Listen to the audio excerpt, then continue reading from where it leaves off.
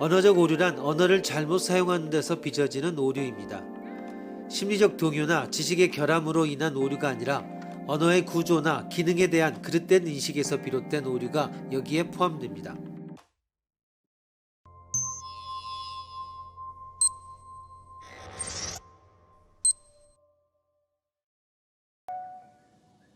전체가 순금만으로 되어 있는 8,000m 급의 산을 생각하자. 그런 황금산은 지구상에 그리고 우주의 어디에도 존재하지 않을 것이다. 그러나 우리는 황금산을 생각할 수가 있고 황금산에 대해서 참인 문장을 말할 수 있다. 황금산은 금속으로 된 산이다. 황금산을 본 한국인은 없다. 황금산은 무생물이다. 황금산은 다이아몬드 산과는 색이 다를 것이다. 황금산은 존재하지 않는다. 이것들은 직관적으로 보면 모두 올바른 문장이라고 말하고 싶다. 그러나 올바른 문장이라면 각각의 주어가 가리키는 대상이 가지고 있는 성질을 서술어가 나타내고 있을 것임에 틀림없다.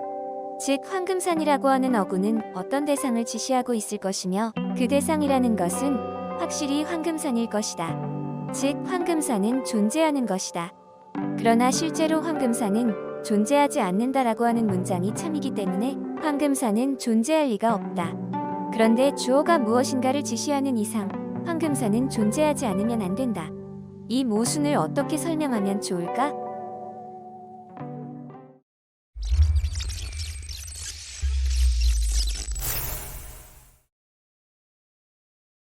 황금산, 한국의 수상, 산타클로스와 같이 존재하지 않지만 화제의 대상이 되는 것은 존재하지 않는다라고 하는 성질을 가지는 대상으로서 있는 것이다 고 하는 생각이 그 하나입니다.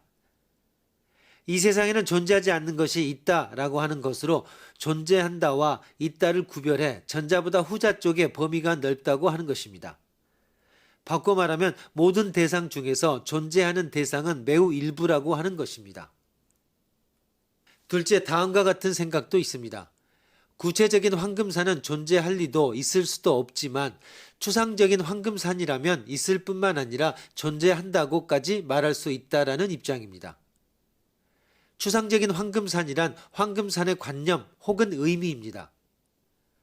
황금산의 관념이라고 하는 추상적 대상이 황금산은 금속으로 된 산이다 등등의 주제가 되고 있다는 것입니다. 이 생각이라면 황금산은 존재하지 않는다라고 하는 문장은 구체적인 황금산에 대해서는 올바르지만 추상적인 황금산에 대해서는 거짓이라고 하는 것이 됩니다.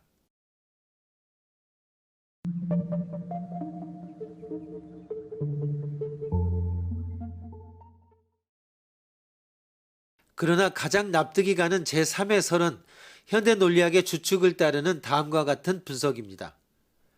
황금산은 금속으로 된 산이다의 주어는 실은 황금산이 아닙니다.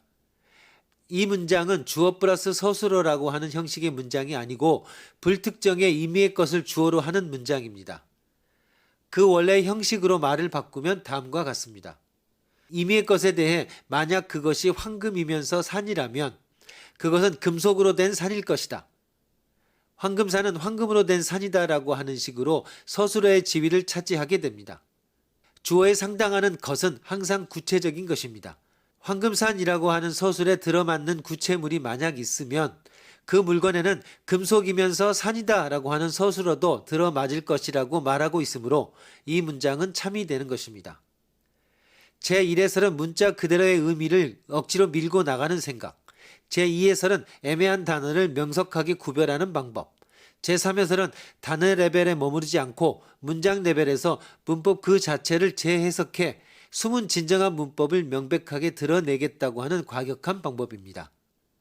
이 세 가지 전략은 말의 해석이라고 하는 범문제 같은 문맥을 넘어 여러 가지 경우에 등장합니다. 경우에 따라 각각의 특징이 유용한 정도가 다를 것입니다. 대체로 종교나 예술에서는 제1 입장이, 비평이나 정치, 경제, 교육에서는 제2의 입장이, 과학과 철학에서는 제3의 입장이 유력해져 존중되는 경향이 있습니다.